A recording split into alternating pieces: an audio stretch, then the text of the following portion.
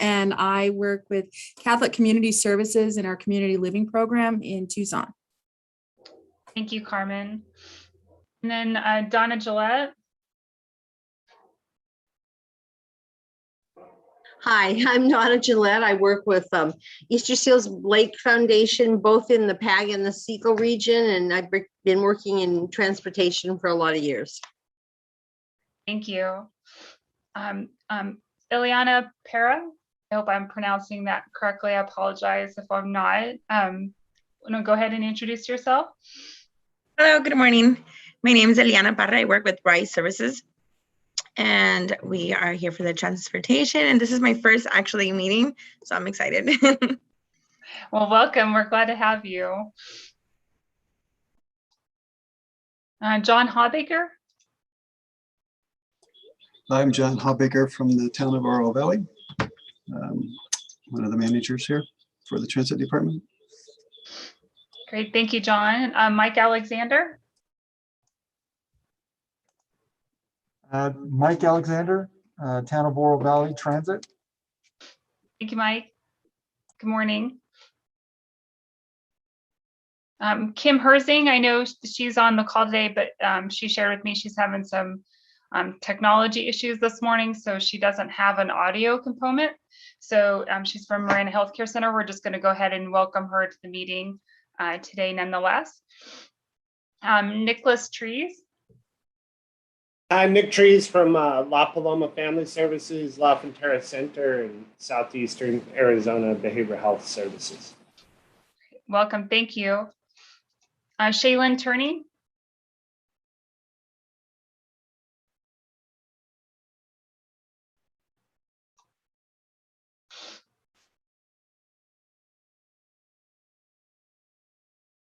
I think Shaylin might have her computer still on mute. So Shaylin's from Project Amore. We're just going to go ahead and welcome her. And then if she's able to get her connectivity off of mute successfully here in a moment, we'll let her introduce herself. And then Steve Nath.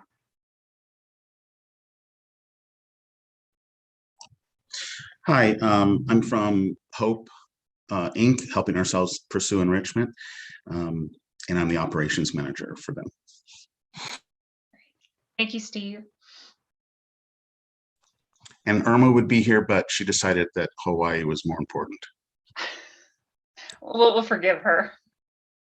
Thank you, Steve.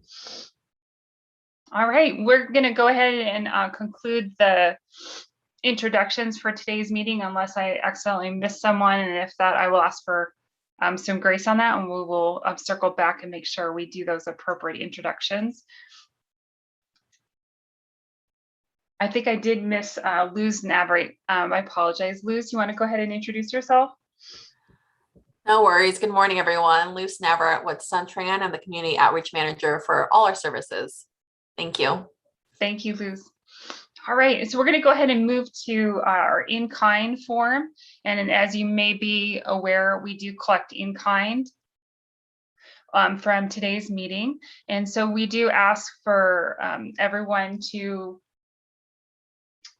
share with us if their salaries or wages are paid through federal dollars, because we're not allowed to count those hours into our in-kind collection. So I'm just going to go ahead and annotate all that are in attendance today, but if you are paid through federal dollars, I'll need to make sure and make a note of that to not count your hours today in today's meeting as far as our in-kind. And I see that Jessica Winchester just joined us, so we're going to go ahead and welcome Jessica Winchester to the meeting, as well as Mitch Eskret. I see that they both have joined, so welcome.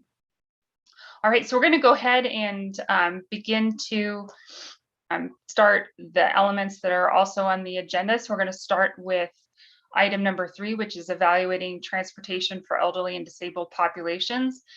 And the goal for today's meeting is to really try to kind of unearth what are the different opportunities that you are seeing within our region to better lift up or support those that we serve throughout our region in the space of elderly and disabled populations.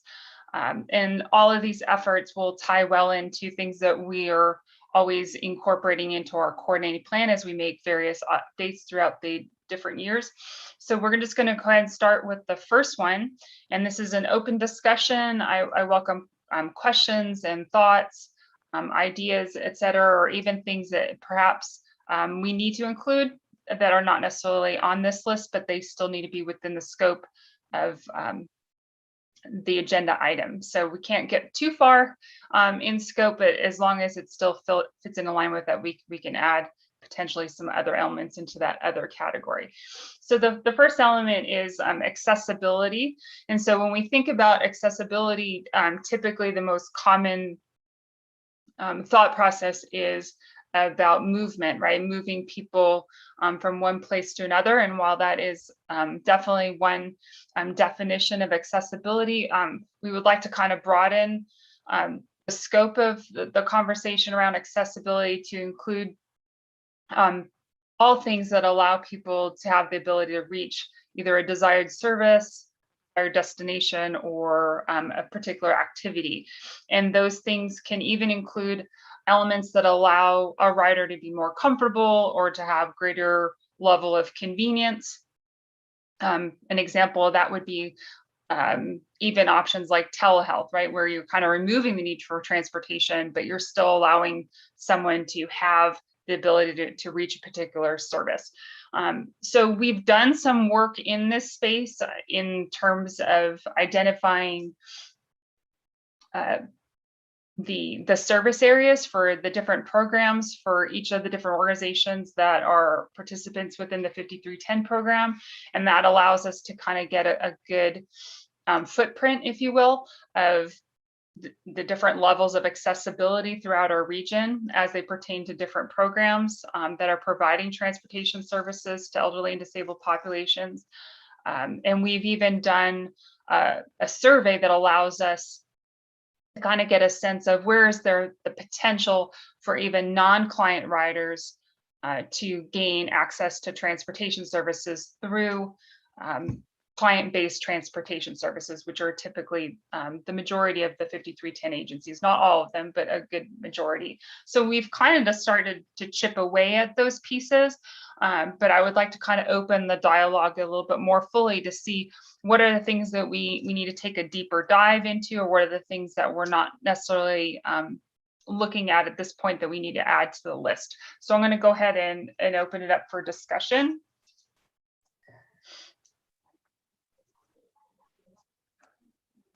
This is Mike with Town of Oro Valley. Hi, Mike. Hello. One of the things I think we need to, as a public transportation, we're not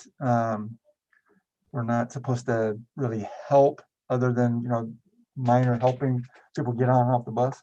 Mm-hmm. But I think there's somewhere we can push back on the riders a little bit as far as what they use as far as mobility aids.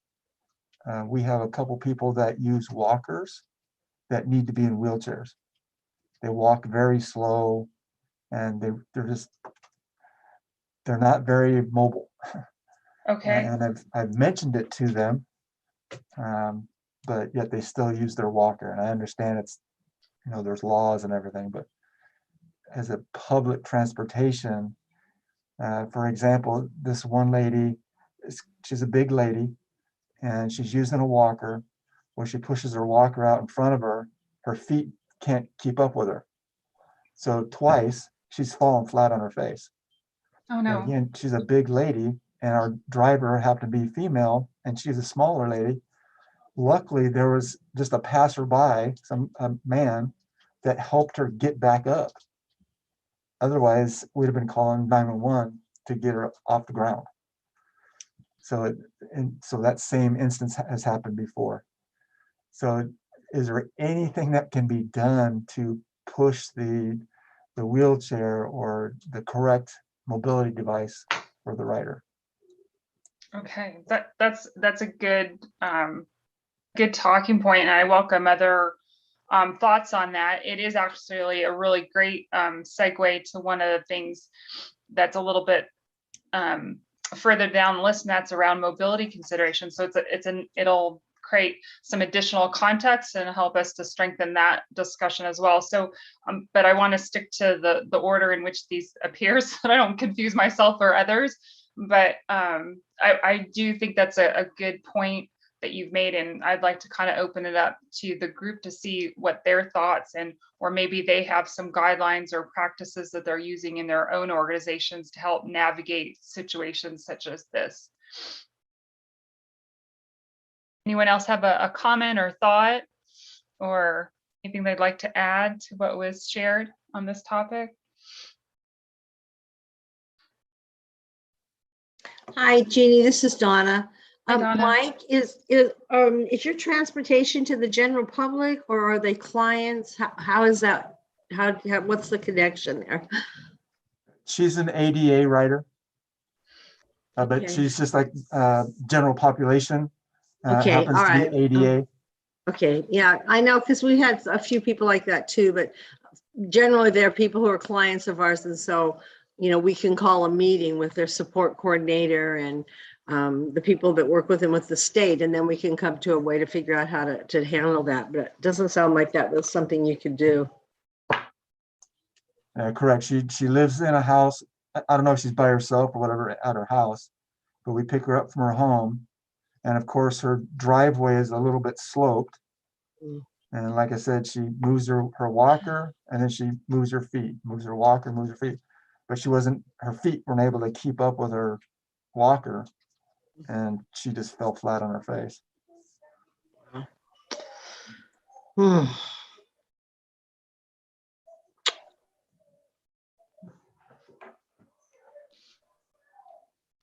Any other comments or thoughts on what we're discussing right now with regarding to how, you know, how to navigate situations such as this where someone feels like they are able to just use a cane or a walker, but based on observations and events or even historical events, it appears that they'd be best suited with a device that would help offer a different level of support, such as a wheelchair.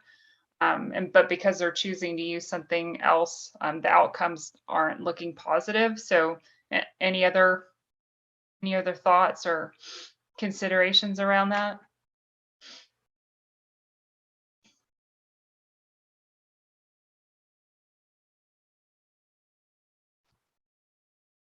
Okay. So I want to make a good note of this one because I think it's really important to better understand what are the opportunities and what are the guidelines that we need to operate within as we broach this subject. And I think especially if this is something that we're navigating in more of the public transit or paratransit space, there's still some valuable lessons or takeaways that can be applied to a broad range of transportations or private transportation. So and see what are the options around this. I would like to kind of open it up a little bit more for any thoughts or ideas on how to address, I guess you could say, like rider comfort. And the reason why I am asking about that is because as we chip away at some of these other topics, you'll notice that there are considerations around sensory issues, whether that be, or I shouldn't say issues, sensory considerations, whether that be for someone who has like a sensory impairment or perhaps experiences sensory overload. So we're going to be talking about those pieces as well. And then further down also there is like intellectual or cognitive considerations, and that can include even in aging populations where people might be experiencing the first stages of dementia or even later stages of dementia.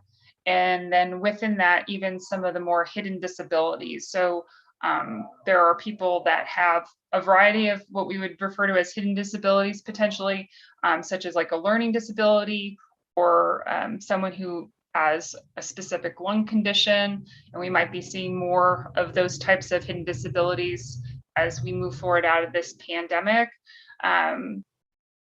And then, of course, trauma-related types of hidden disabilities with people who have perhaps social anxiety or PTSD. But there's also folks that have traumatic brain injury or perhaps even epilepsy. And that's not an all-inclusive list. That's just kind of a starting point for discussion. But I think being aware and having an open discussion about what are the things that we can do or magnify in our efforts to create a better user experience or rider experience rather for those that are navigating some of these elements that I just mentioned, whether it be sensory or cognitive or even the hidden disabilities. And then of course, obviously, even those that are currently ADA eligible. So I would like to kind of open up that accessibility piece with regard to how can we make a better rider experience for folks into this particular talking point. So I'm going to go ahead and open up the floor for that. Hi, Janine, this is Carmen. Hi, Carmen. And I don't know if this is what you're looking for, but it would make a better rider experience if we could somehow find a way to cool the backs, the cargo part of the vans. We have some of the smaller vans and they're easier to cool, but some of those larger vans with the lift creates so many issues when in the middle of summer in Tucson, because they just don't cool down. The front has the air conditioning. There's really nothing in the back. So we've seen spikes in behavioral outbursts. We've seen spikes in medical related stuff when people are on long rides from their program, their DTA to their home in the afternoon. And I don't know if anybody has a solution for that. If you guys have experienced the same thing, we've tried, little external fans that you can hook up to the windows, but it really doesn't work. And I was just hoping somebody else had a solution before next summer. I'd like to get it in our vans. No, I think that's a really good question, and I think it makes sense to bring it up in this particular segment. So I'm going to go ahead and open the floor up to those that might have something to add or have a thought on this. Hi, this is Steve with Hope. Hi, Steve. Hi. If your current vehicles don't have a rear air conditioner, you might look at having them installed. Our lift cutaways and our regular van with the lift on the side all have rear AC units. And we're down to just 2 little minivans that don't have rear AC, and we'll be getting rid of those soon. But everything we get moving forward, we ask for that rear AC, and especially if you're getting it through ADOT, they should be coming now with the rear ACs. But I would look into having that installed. You're probably looking at somewhere around $1,800 to $2,200, and it's probably worth it. And I imagine there might be even a grant that you can find to help out. And is that something that can be installed at any place that services the vans? It is something you can buy aftermarket? Yeah, it's an aftermarket. So you'd have to, we use, here in Tucson, we use Jack Furrier's and we use MPG. I'm not sure if either one of those have the skills to do it, but I'm sure there's some AC shops that would specialize that and could do that. Okay, thank you. Thank you. That was really helpful. Anyone else have elements they'd like to add or thoughts?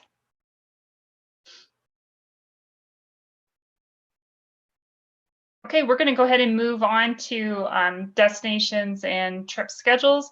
If we need to circle back to one of these previous items because it makes sense to do so, we can definitely try to do that. But I'd like to kind of stick with the agenda items in alignment with the time that we have left. So make sure that we tackle all of these appropriately. So for the next one is destinations and trip schedules.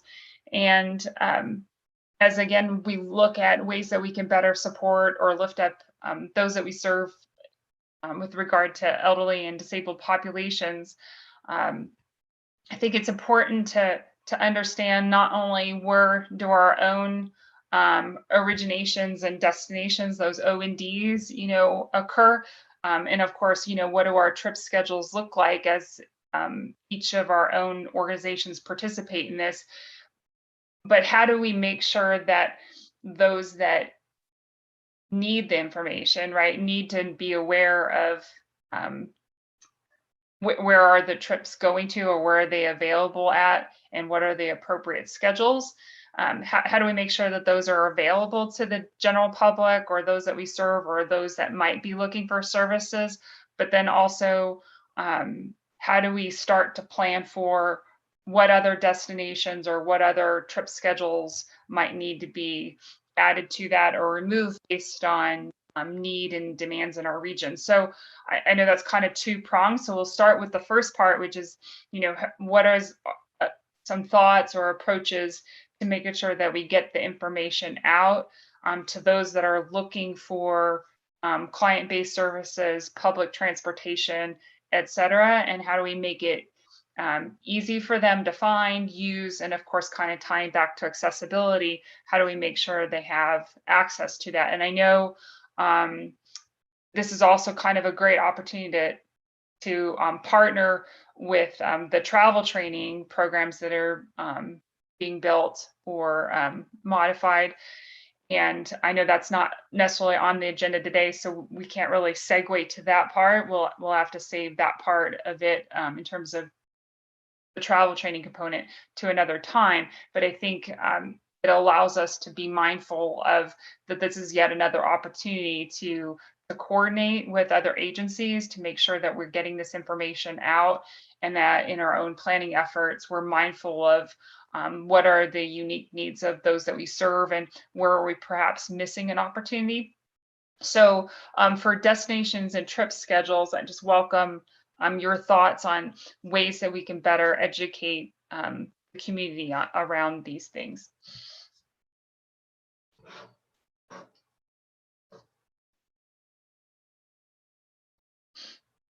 Anyone have any comments or thoughts, or perhaps some opportunities that they're seeing?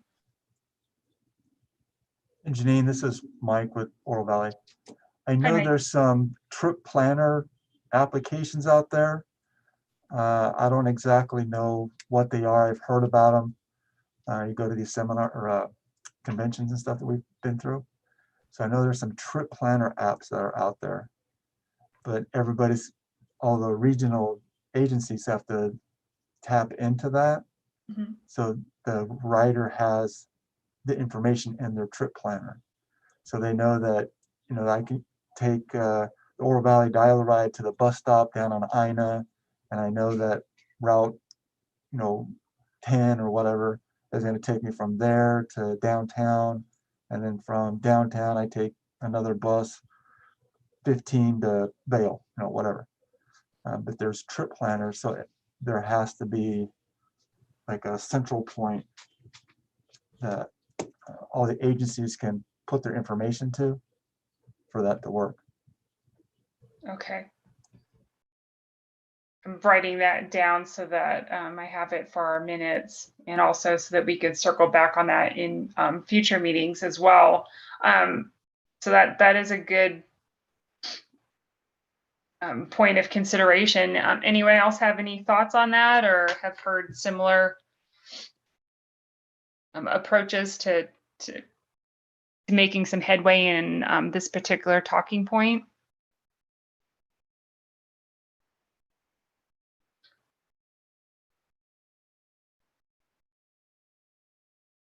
Anyone have anything to share with regard to how or the efforts that they're making to get the information out, and what they feel works really well for their particular organization, perhaps more like a best practice that perhaps other agencies could try to emulate?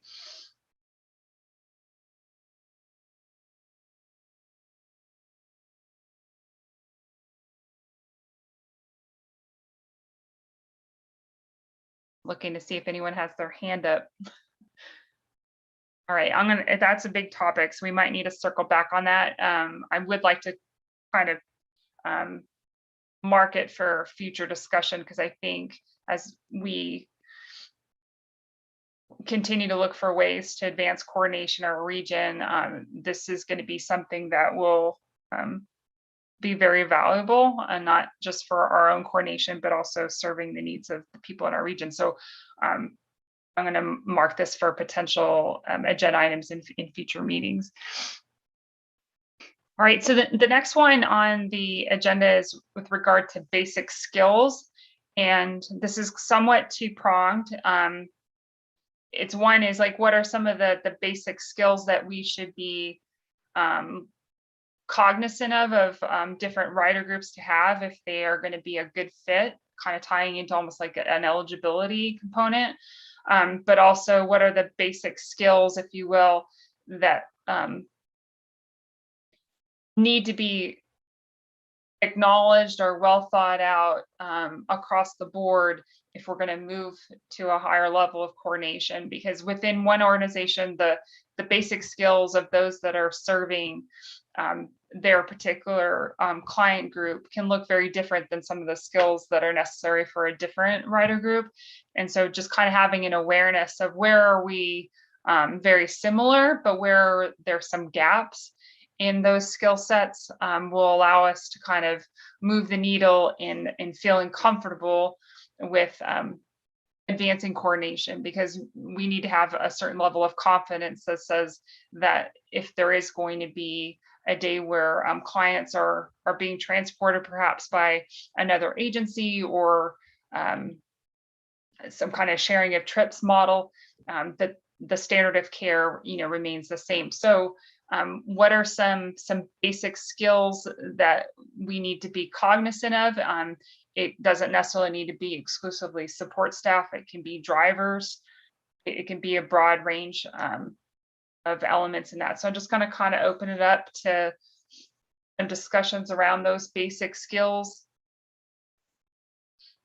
And I'm using the word basic not to minimize the skill set, but more of a definition of like foundational, because the scope of the skill sets can be so broad that we can have a whole meeting on that. So just to kind of narrow it in, basic is referring to just kind of the foundational skills that we would be looking at.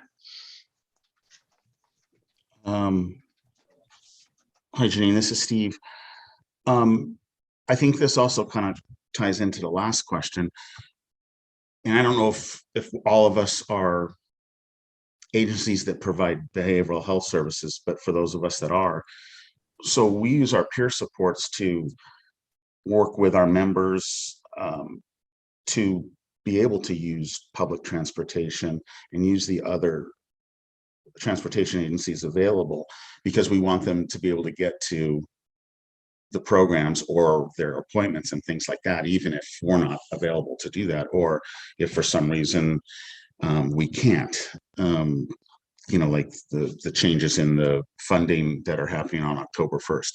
So what we generally do is we'll have groups. We have even enlisted, especially in the rural areas, not so much in Tucson, the bus lines that are available, and they'll actually give demonstrations, and you can have the peer supports ride with them. And so reaching out to the available public transportations and finding out if they have training opportunities for your members is helpful.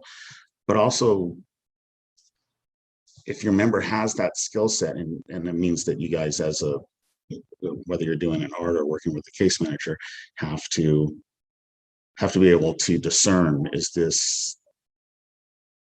can this member, are their cognitive abilities and their abilities to maintain,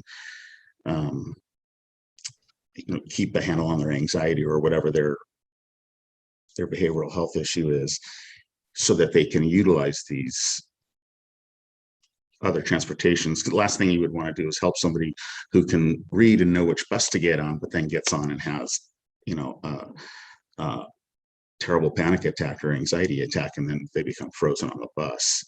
So it's, I don't know if this is helpful, but it's really getting to know your member. And then for those members who can and who want to, because ultimately it's up to them, give them as much training as you can possibly give them so that their ability to choose becomes broader.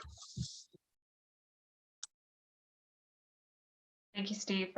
Any comments on that or things that anyone would like to add? I am going to kind of ask Luz also if she has anything she'd like to add to that, because I know Steve had mentioned how they have benefited from the different types of transportation or travel training rather that you offer to groups and individuals.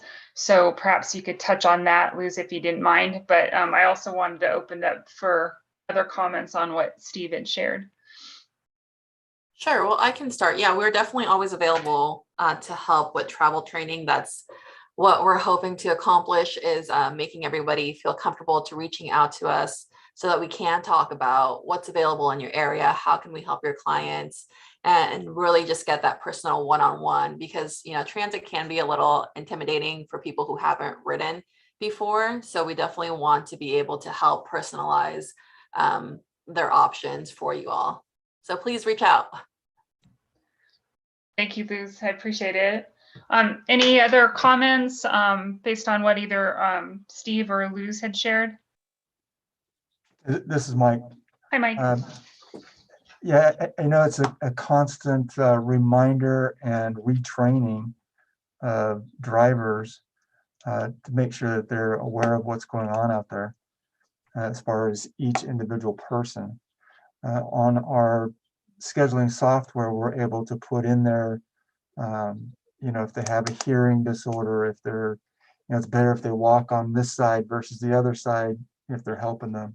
So we have stuff like that. Just as an example, I just heard on the news yesterday somewhere, wherever it was, wasn't here locally, but a lady that was deaf. Of course, when you look at them, there's nothing wrong with them, right? But they have the implants on their head to help them hear. With the masks on your face, they can't see what you're saying. So this lady goes into, I think it was a fast food restaurant. She's trying to order, but the battery in her hearing aid went out, so she couldn't hear anything. She was asking the person to take their mask off so she could read what they were saying. And she even told them that she was deaf.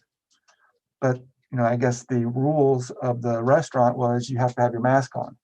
So they refused to take their mask off, and they refused to service her because she wouldn't put her mask on, even though she couldn't hear anything.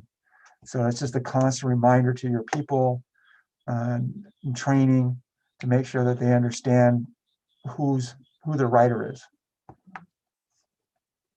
Thank you. That's a very good point. I mean, on the heels of a very sad story, it magnifies the importance of that point. So thank you for sharing that.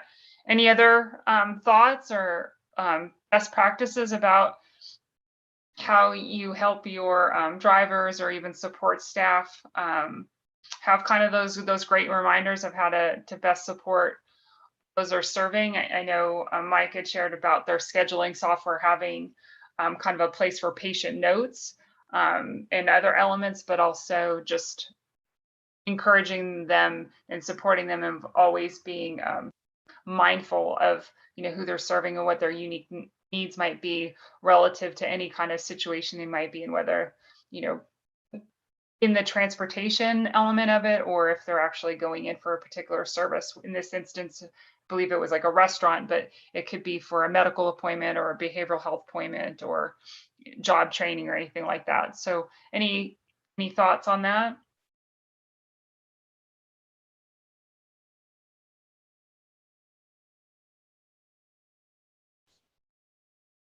Yeah, I know you're probably just being a little shy because I know a lot of you have some great practices on how you help your clients or your members get supported in this way. So any best practices out there anyone would like to share?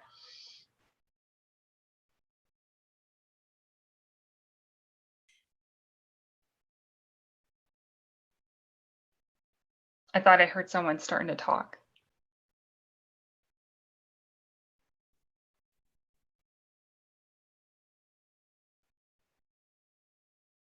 Oh, go ahead.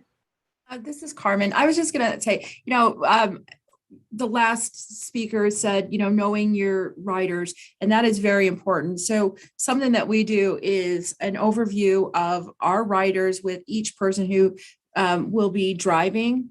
There are people who, can't take public transportation for various reasons. We make sure that we provide them as well as other members safe transportation by seating people appropriately. There's some people who should not necessarily be close to the driver because they may reach out and, cause an unsafe situation. So knowing that information is very important before you get in and start driving people around town, not only for the people you're driving, but for other people in the community. So really knowing your folks, seating, having a seating chart if necessary, and sticking to that. Also teaching the drivers how to respond in emergency situations.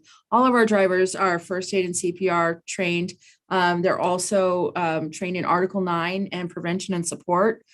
But most importantly, they're trained to safely get off the road if there is an emergency in the vehicle, instead of, trying to respond while continuing to drive, which I've seen, and it's never a good situation. So we do always encourage that. And we also do ride-alongs to make sure people are still maintaining those, safe boundaries and the safety tools that we've given them when they start working. Thank you, Carmen. Could you share a little bit more about what you look for when you do your ride-alongs? I know that's been a topic in the past, but it was more of a initial driver assessment kind of component for new drivers or even for like refresher training. But in the context of this, when you do the ride-alongs for observing how they're able to manage these kinds of situations, could you elaborate a little bit about that?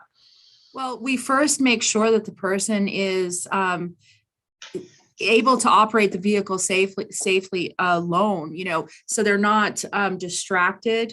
They're not really anxious. Some people do get anxious when they first get into those big vans.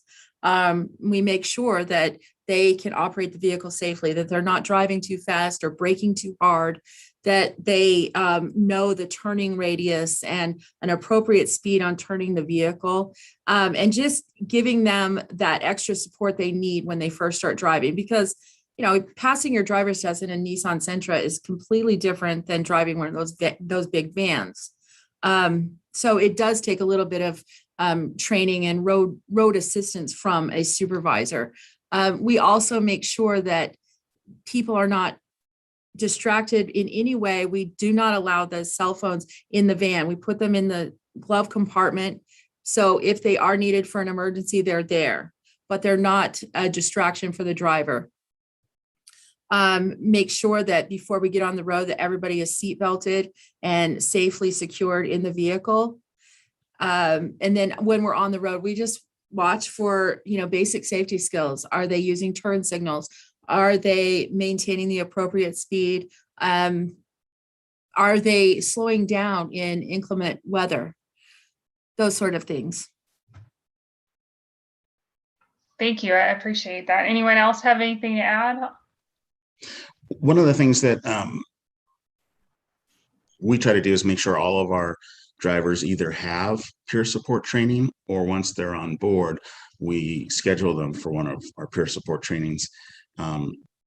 Because on top of the driver skills, you want to make sure that they have that ability to discern when something is going on, and having those peer support skills helps them do some of the things that Carmen was talking about, like, well, if we know that this is a member that can be antagonistic, we may not want them up at the front by the driver. And And a lot of that hasn't been a huge issue for the last 18 months. I don't know if everybody else is still maintaining COVID restrictions on their vehicles. We're still doing only one member per row. And on the bigger vehicles, we try to do every other row. On the small vehicles, we're really only transporting 2 at a time, and nothing in the little cars. So we haven't run into that yet, but we know that we're going to need to be prepared for that as we go back to some semblance of normal, hopefully sometime soon. Thank you, Steve. Anyone else? Hi, Janine, this is Donna. I just wanted to say, a lot of our policies, listening to Carmen, I think we have very similar policies in how we provide our transportation. And then we do generally transport our own consumers and our own members more than we do the public. I mean, out in the Seagull region, we transport the public, but in Tucson, it's our members. And our supervisors of the programs where those members attend also supervise usually the vehicle that they are using for that person's transportation. And they do a really extensive orientation with anyone who's going to drive any of those members, so that we know that any of those drivers that are going to take anyone from that particular program have had a really clear orientation and know the person really well and know what to expect, so that it can make sure that nothing untold happens while they're out on the road.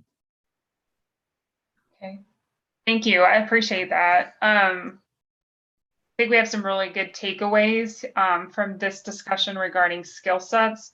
I think it opens up a lot of different opportunities to coordinate in the driver training or assessment piece, especially if we're looking for opportunities to advance coordination. So maybe today, peer supports isn't something that's in your training practices, because you're not necessarily serving those with a mental health related disability.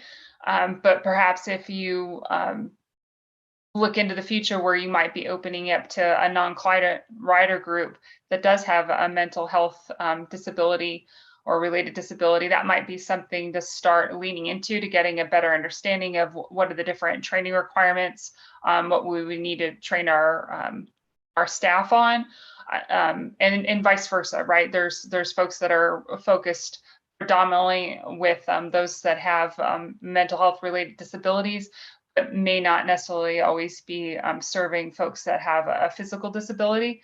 And so, how do we learn from those that serve that particular population group?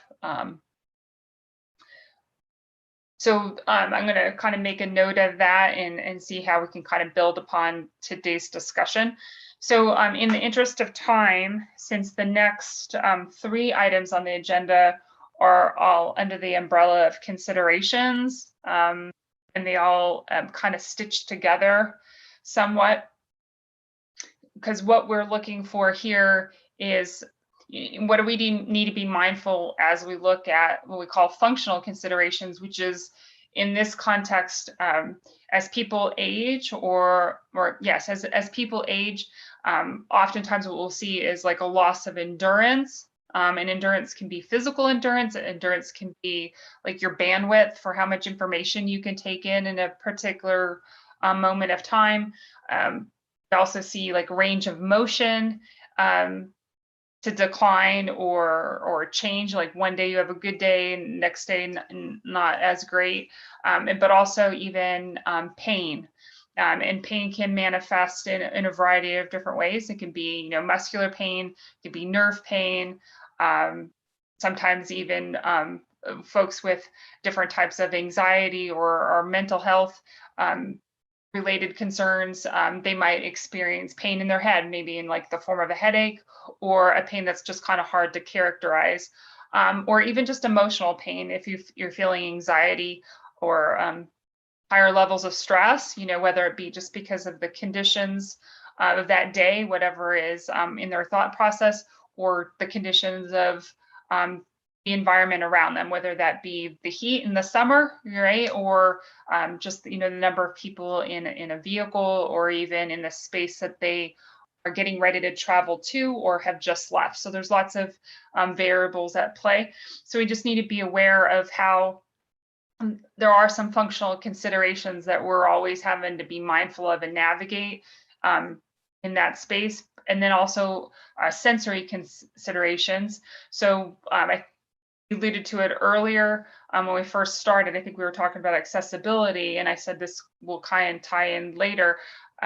We have individuals that have different levels of sensory impairment, and usually when we think about the 5 senses or senses in general, some of which that come to mind is, you know, vision or hearing or even touch, right? Neuropathy, for example, or other types of conditions, they can start to lose their sense of touch. And so the ability to grip things, hold on to things, et cetera, can change or evolve or decline. And then, of course, we talked a little bit about sensory overload. And so whether we're talking about individuals who might be on the spectrum with autism, or even sensory issues related to things that might be a trigger for some people with different types of disabilities, whether it be mental health or developmental. So just being cognizant of those pieces. And then the last piece is that cognitive considerations. And that can be a intellectual consideration with regard to their disability, regardless of age, but then even some of the cognitive decline issues that we might see in older adults as they start to demonstrate the early signs of dementia. So those types of considerations. And I know in our discussion today, the agencies that are on this particular call or meeting, we serve a broad range of audiences. Some of you are not necessarily supporting those that are, 65 or older. You might be serving individuals that are younger, so perhaps you don't see kind of the dementia side of intellectual or cognitive type of considerations, but you might see a different version based on the clients that you serve. So I'm just going to kind of open it up and say, what are the things that we need to be more mindful of, especially as we look to advance coordination? What do you see as like the big gaps that are out there for your clients that we can take a closer look at as we seek to kind of better meet their needs in these 3 areas, the functional, the sensory, and the intellectual or cognitive?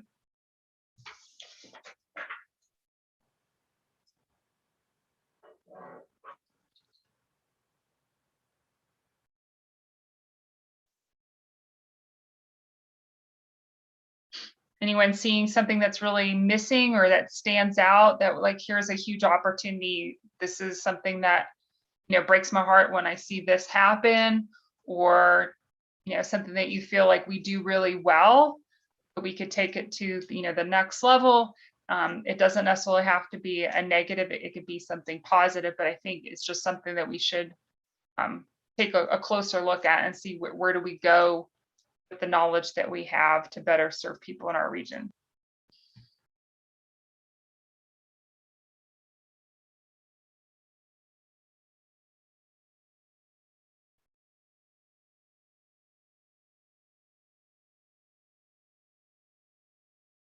All right, I'm going to ask a better question. So when we did our more recent agency survey, and we were looking for your thoughts on the potential for non-client rider groups, put together all of that data and kind of broke it down. The things that stood out were that there was at least 5 organizations that expressed an interest for the potential to support non-client riders who have a physical disability, and even veterans with like a mental health related disability. And then we had a broad range of organizations that were open to a non-client rider group for both like elderly, whether they had a physical disability or not.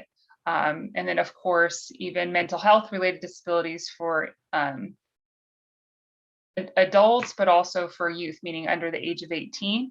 And then we even had for non-client rider potential, we had agencies express an interest of the potential to serve people with developmental disabilities, but they have to be adults. And then, of course, veterans that were disabled with a physical disability. So with that kind of feedback from a lot of the different organizations that I'm sure at least a handful are on this call today, as you think about that, what are some of the considerations that you think will be important to make that happen as we look at like functional and sensory and the intellectual piece? So I'm going to ask like perhaps a little bit more specific question. Janine, this is Donna. Hi, Donna. When I'm thinking about that, because I think we're maybe one of those agencies that I was willing to do a little more, but I think that just the consideration that we have to take into think about for all of that is just like we talked about before, really, really good training. So whether it's putting together training modules that the different agencies can use, I'm not sure, but I think that that's the important step in all of that is just really good driver training and also really good orientation to the population that they are going to be supporting. Thank you. You want to share a little bit of any insights or thoughts around how to best orientate people to the population that they're going to be serving? Well, like I said earlier, for us, we, in this area, the Tucson area, it's all members and clients that we already support and serve. And so we have some really good orientation paperwork that we use and we go through with the client or the member. We oftentimes do it in a meeting with their family or their case manager or the support coordinator so that we really have a real clear understanding of that person and what their issues are. And then from that, we take that orientation and then we train the drivers that would be maybe driving that individual. Okay, thank you so much. That's really good information. I made some notes about kind of your orientation paperwork and who you connect with as you navigate that process, and then even some of the notes from when you spoke about your driver training earlier.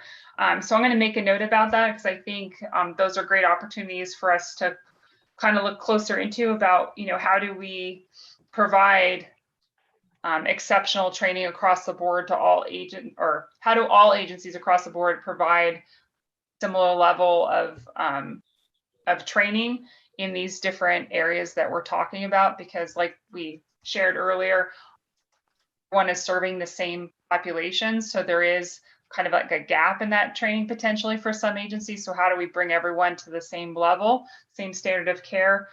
So I think it's a great opportunity to not only share resources, but for each of you to have an opportunity to shine in your own space, if you will, in terms of the way that you serve. So I've made a note of that, and we can take a closer look at that in future discussions, because I think those would be some great goals.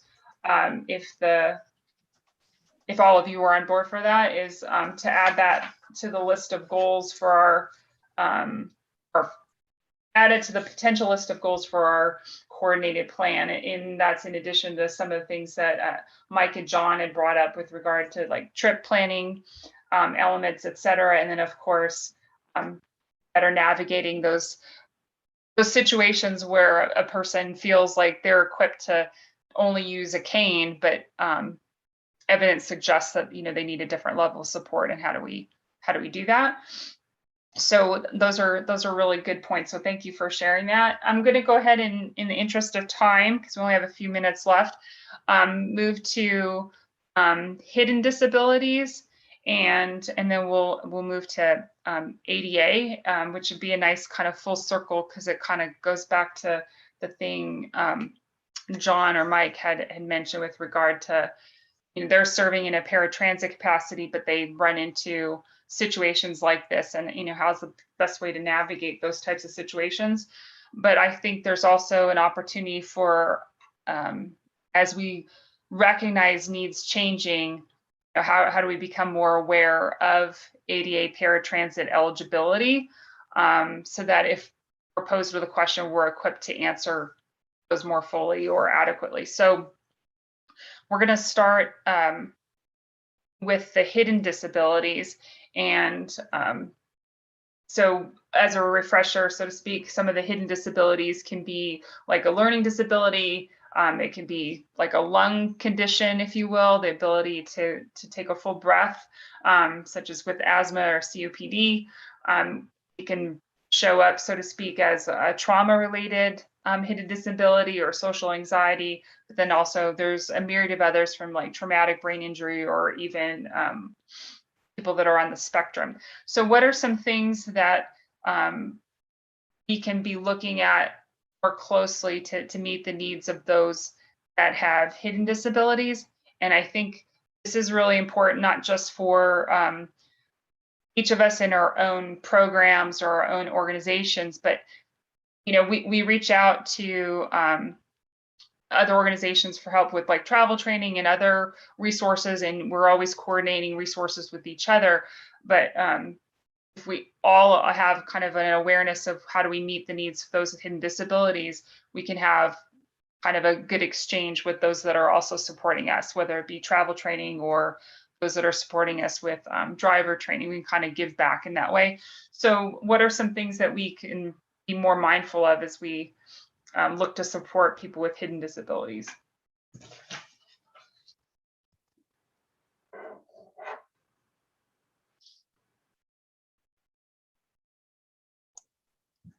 Janine, this is Mike Orvalley. I might. And John and I have to go to another meeting, so I'm gonna offer this. Okay. Some of the stuff that were talked about, the initial training, don't forget about retraining. We do a constant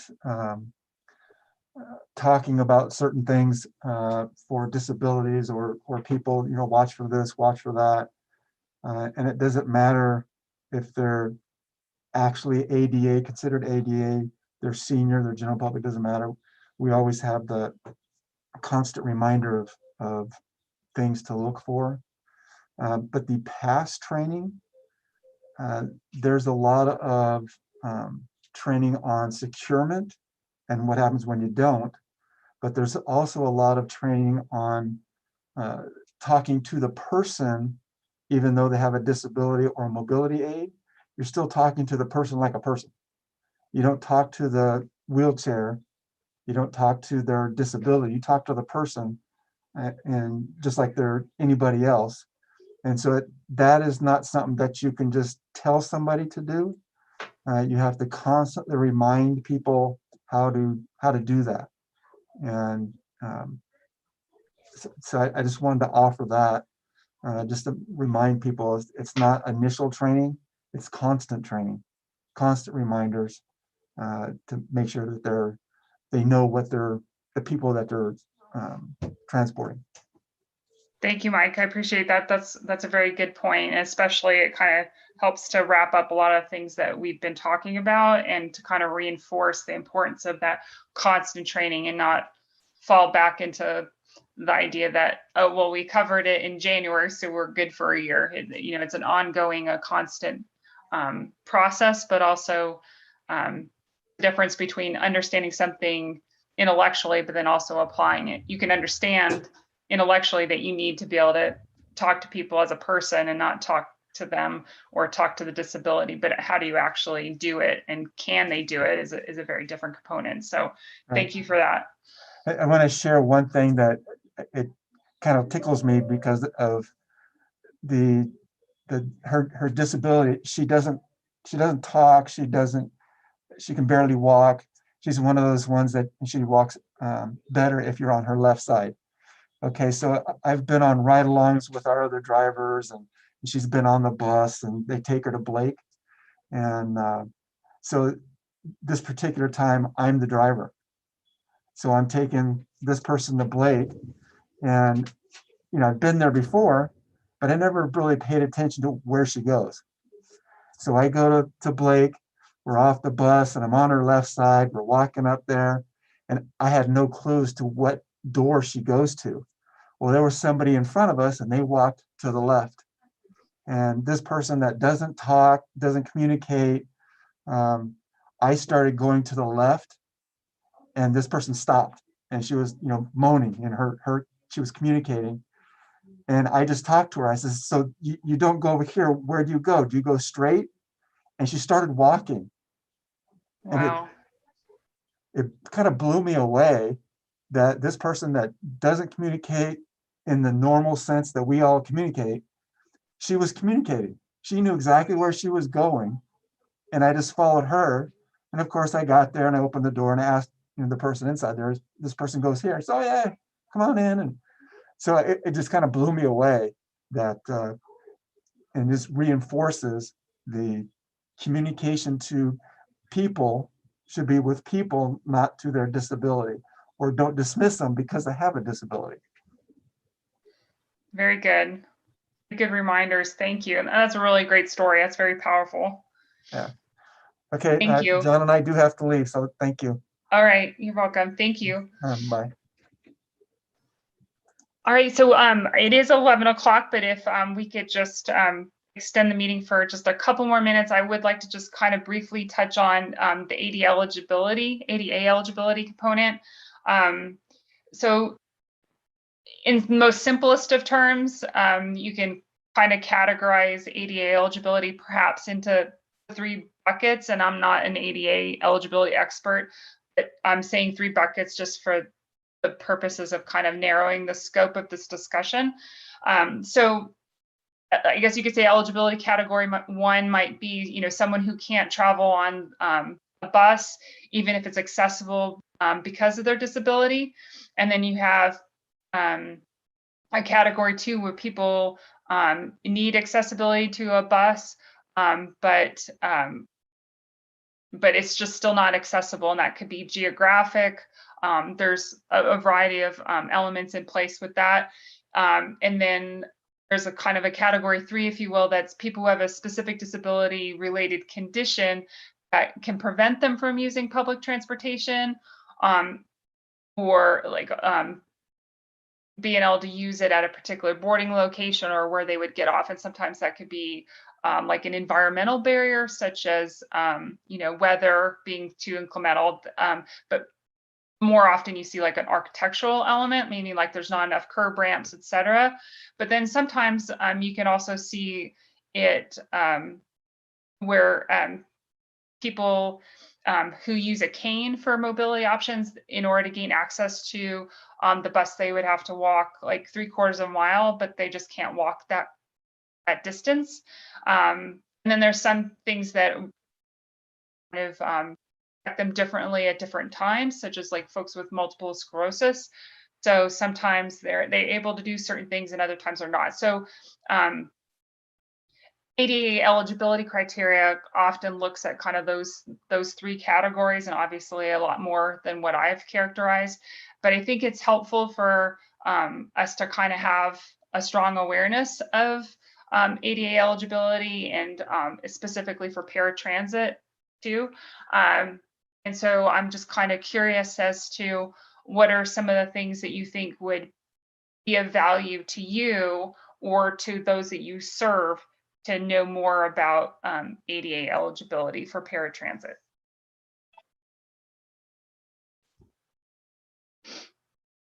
Any thoughts or comments on that? Is that something that you think that your agency would benefit from, so that you can provide a different level of service to those that you're providing transportation for? I know, I think it was Hope had shared that, they take a lot of great strides to educate their members on different options, so that they can make decisions as appropriate.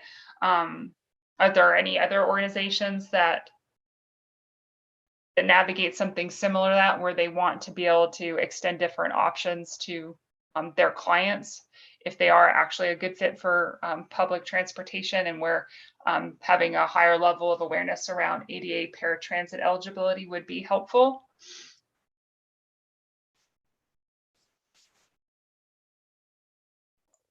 Hi, Janine, it's Donna again.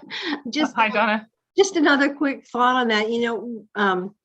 Sometimes there's a whole lot more deeper into the ADA policies when you start looking. Just for an example, we had a woman out, this was in the Siegel region, she was a senior citizen, and we've always had I guess you might say it's a insurance almost issue with people standing on the lift when they're being put onto the larger vans.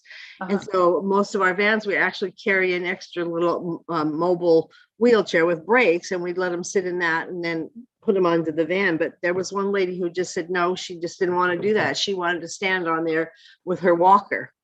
And, and the staff were just not really clear whether that was something that we could allow or whatever. Well, when, I started looking it up through the ADA, and I found out that we had to let her do that. And so sometimes there's just hidden things in there that we're just not aware of. So I think that any training we have dealing with the ADA will be helpful to all agencies. That's really good point. And so I'm glad you brought that up because my focus for the time that we have today, I was trying to be narrow in scope. So I was trying to limit it to ADA paratransit, but that brought to light, obviously the broader scope of ADA eligibility and things that we need to be mindful of. So I'm going to go ahead and add that to potential topics for future agendas, but also things that we might want to incorporate into our coordinated plan as a goal as we look to serve those that are elderly or disabled in our region.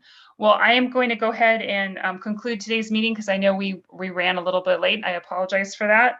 I thank you so much for participating in today's discussion. I appreciate your investment of time.